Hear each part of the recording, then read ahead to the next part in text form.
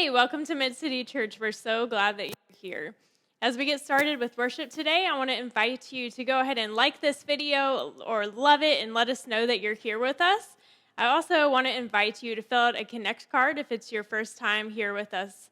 So you can fill out a Connect card by texting the word HERE, H-E-R-E, to 225-307-0662, or you can find the links to that Connect card in the comments of this video.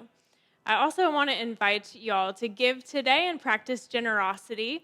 You can do that by texting the word GIVE to 225-307-0662. Or again, you can find the link to our giving page in the comments section of this video. Well, I'm so excited for worship today, and get ready because worship begins now. So there's a story about John Wesley, the founder of Methodism, that when he was at Oxford, when he went to school, he went out to the store one day and bought a picture, a painting to put up and decorate his dorm. And while he was decorating, a chambermaid came out to check on him, check on him in his dorm. And the story says that when Wesley saw her, his heart broke for her. She was wearing nothing but a thin linen gown, and it was the middle of winter, so it was cold, and his heart broke for her. So Wesley does what many of us would have done. He reaches into his coat pocket to get money so that she can buy a winter coat. And when he does that, when he reaches into his pocket is empty. He has no money to give to this maid, to this lady. His heart begins to break. He genuinely wants to help her, but has no ability to help her, has no resources or funds to help her. And I get the sense that some guilt begins to weigh on his shoulders. There's an article on how Wesley managed his money, and here's what it says. Wesley asked himself, "Will thy master say, 'Well done, good and faithful servant or steward'? Thou hast adorned thy walls with the money which might have screened this poor creature from the cold. O justice, O mercy, are not these pictures the blood of this poor maid?" I mean, can you relate to that guilt and that sorrow that Wesley must have felt that day? He genuinely wanted to help her, but he didn't have the means or the resources to do so. From that point forward, Wesley completely changed his life, and he began to really care about generosity and really try to meet the needs of other people. But let me be clear. Wesley would never say that generosity requires us to just give all of our money away foolishly and have nothing for ourselves or our families. In fact, in his sermon, The Use of Money, the first thing Wesley says about generosity, he says, first, provide things needful for yourself, food to eat, raiment to put on, whatever nature moderately requires for preserving the body in health and in strength. I know it's Old English. So Wesley basically said, after you work, after you gain money, after you get your paycheck, right? Use that money to meet your basic needs. You're going to need shelter. You're going to need clothes. You're going to need food. You're probably going to need gas, or you're going to have to pay for a bus pass. There's certain things that all of us are going to need at one point or another. And he says, when you work, when you gather money, the first thing you do with it is spend it on those things, on the things that are absolutely necessary. The second thing he says is, provide these same things for your wife, your children, your servants, or any others who pertain to your household. Now, I know that this language is a little antiquated, right? Because I think it should say provide for your wife or provide for your husband, provide for your children, provide for, this is old English, but here's the heart of it. Wesley says, gain all the money you can so that you can meet the needs of your loved ones, so that you can meet the needs of your family, so that you can meet the needs of those that depend on you. Wesley was very clear that all of us had expenses to make. And he didn't want you or I or anybody to not make those expenses for the sake of generosity. But here's the third thing he said. If when all of this is done, there be an overplus still, as you have opportunity, do good unto all men, so that in so doing you can give all you can. See, what Wesley would say is gain as much money as you possibly can. Save by only spending that money on things that are absolutely necessary, on the things you absolutely need. And if you do that, you should end up with a surplus, right? If you gather as much money as you can and only spend what you need, you should have a surplus. And Wesley would say, with that surplus, make a difference in the world. With that surplus, make a difference in people's lives. See, I think Wesley genuinely believed that day at Oxford when the chambermaid came by, if he had had a surplus, he would have helped her. But he didn't. And so the challenge for him and the people in his time and for us today, gain as much as we can, spend it on things that are absolutely necessary so that we can create an abundance. And out of that abundance, we can be generous people. See, Wesley understood the importance of all of us being generous. Wesley understood how important it was for all of us to learn to gain all we could, to save all that we could by cutting down our expenses so that we could have a surplus and be generous. He knew that was important. Because here's the deal, friends. The world needs us to be generous. I'm going to say that again. The world needs us to be generous. See, there are enough resources in this world so that nobody has to go hungry. There are enough resources in this world so that poverty shouldn't be an issue. There are enough resources in this world so that no one should have to struggle to meet their basic needs. And do you know how we fix that issue? By being generous, by practicing generosity. And what Wesley would say is that the way we are generous, the way we can become generous, is to gain all that we can, save by cutting down our expenses, and using that abundance towards generosity. Now look, it's not just a Wesley principle, it's a biblical principle as well. I want you to listen to this scripture from Acts chapter 2. It says, awe came upon everyone because many wonders and signs were being done by the apostles. All who believed were together and had all things in common. Now, let me stop there for a second. This phrase, had all things in common, is very important. All things in common didn't just mean that they all agreed upon everything. It didn't mean that they were all the same political party. It didn't mean they were all of the same race. It didn't mean that they all cared about only one sports team. When the author says they had all things in common, it was actually a very popular Greek phrase. It was a phrase that meant that this community genuinely cared that the needs, the physical and the spiritual needs of every member of that community would be met. When a community held all things in common, it meant that every single member of that community wanted to make sure that the needs of every single member of that community were met. If one of them had to sacrifice, they would all sacrifice. If one of them had a need, they would all help provide that need.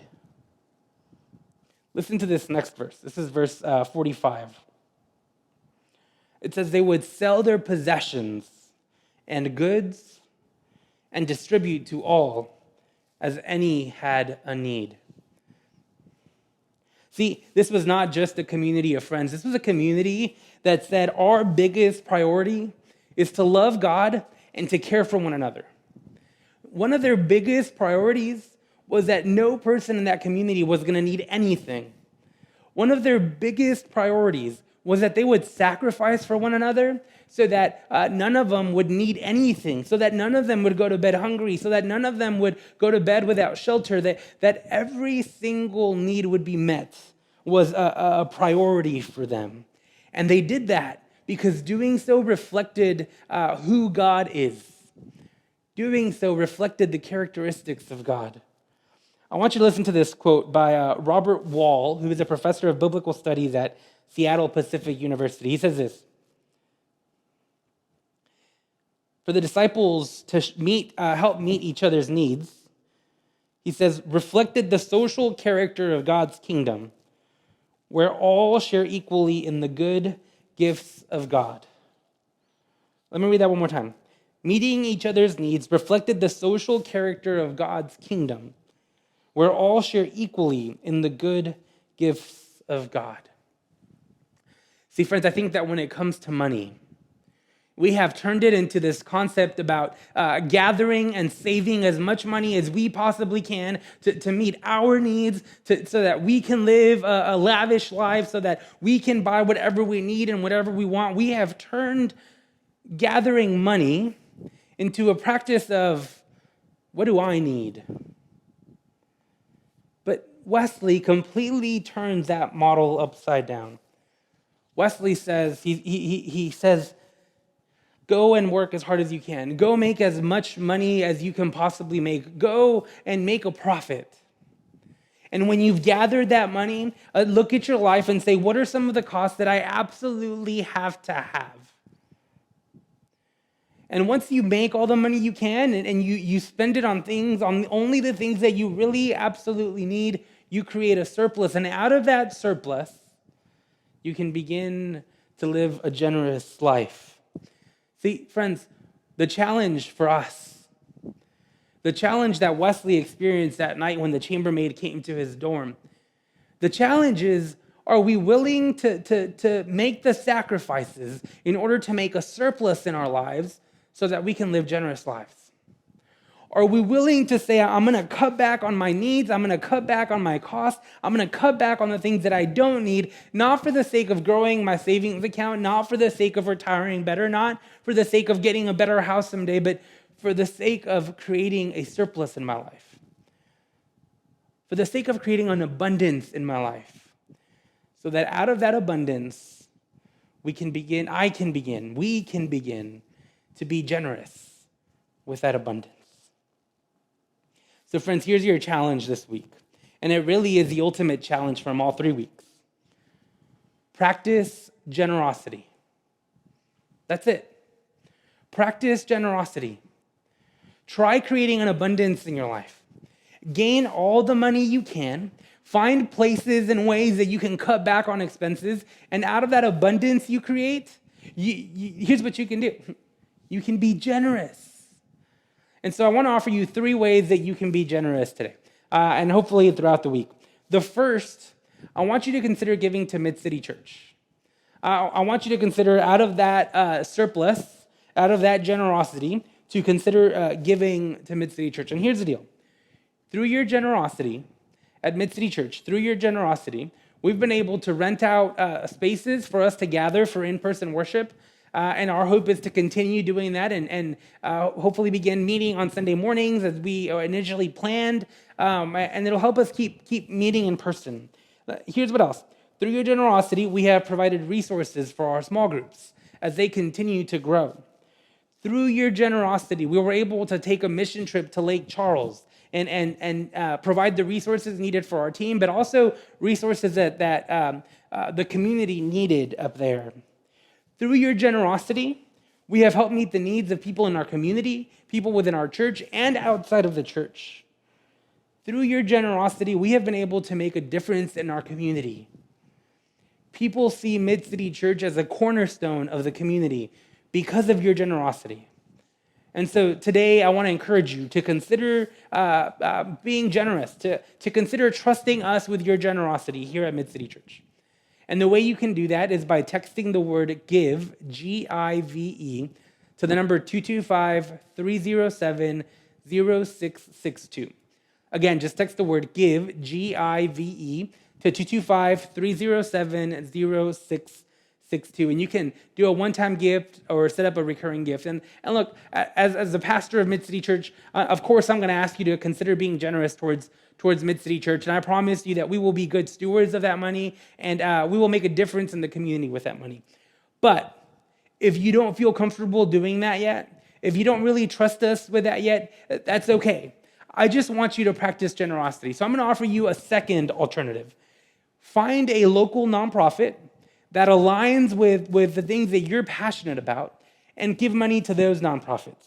I mean, I can give you a couple of them, right? So Mid-City Redevelopment Alliance, we work with them a lot, and they have a project coming up. They provide low-income housing. I mean, they do a lot in the community. Consider giving to them. Consider giving to the Lovables Project. You heard about them back when the hurricanes first started to hit. Maggie came and she shared some about Lovables. Consider giving to Fight. It's an organization that helps, that stands for Famine is the Enemy. And pretty much every Saturday, they go out into the streets of Mid-City and they serve the homeless population. Just, I don't care what organization it is, what nonprofit it is, just find one that you can align with and be generous towards them. I promise you that with your generosity, they will make a difference in the community. And if none of those work, if none of those are anything that you feel comfortable with, then I want to offer you one third opportunity. I want you to think, consider, go to the bank, get some cash, or go to fast food restaurants and pick up some gift cards, and take that money and keep it in your pocket, keep it in your car, keep it in your backpack or your briefcase, and take that money. And, as you see fit throughout the week, if you see somebody who's hungry, somebody who needs some help, like, give them a gift card, give them some cash. Be generous with your money. Put yourself in a position that when a need arises, you are able to help meet that need. So again, the three options that I have, and I know there's many others, but the three options I have, the three ideas I have for you is consider giving to Mid-City Church. Find a nonprofit that you can align with and give to them. Or put yourself in a position to be generous by having cash in your pocket, by carrying gift cards to fast food restaurants. And when the need arises, be willing and ready to be generous. See, friends, I don't care who you give, how you give. I just know that we're called to be generous. We are called to be generous with our money because we are called to be a part of a community that holds all things in common. We are called to be a part of a community that wants to make sure that the needs of everybody in that community are met. And the only way we can do that is by practicing generosity. So friends, if the only takeaway you have from these 3 weeks is this, then let it be it. Gain as much money as you possibly can. Work as hard and as long as you want. Remember what Wesley said, never at the expense of your health or your life. Save as much money as you, gather as much money as you possibly can. And then look at your expenses, look at your costs, and spend as little as possible. Create an abundance in your life. And out of that abundance, be generous. Out of that abundance, make a difference in people's lives. Out of that abundance, help meet the needs of the community. Friends, I hope you will choose to be generous. I hope that you will find a way to create an abundance in your life. Friends, I hope that we can be a people who live generous lives because that's who God is in our lives, and that's who we are called to be. Friends, gain all you can, save all you can, but most importantly, give all you can. May it be so. Let us pray. Gracious and loving God, I give you thanks. I give you thanks that you are a God who loves us, who cares about us, and who provides our every need. God, we might not have luxury. We might not have everything we ask for, but God, you provide what we need. And so, God, I pray that we may be challenged tonight. God, may we go out into the world and earn as much as we possibly can, gather as much money as we possibly can. In doing so, God, I pray that we can look at our lives and say, I really don't need to make that cost or this expense. God, I pray we may create an abundance in our lives. And I pray that out of that abundance, we may learn to be generous. And God, that's a scary thought. That's a difficult process. But God, it's a process that you can help us on, that you journey through with us. And so, God, I pray that as we begin to practice generosity, God, may our hearts be filled with the assurance that our needs will still be met and that you will still be at the center of our lives. God, I give you thanks, and I pray this in your most precious and most glorious name. Amen.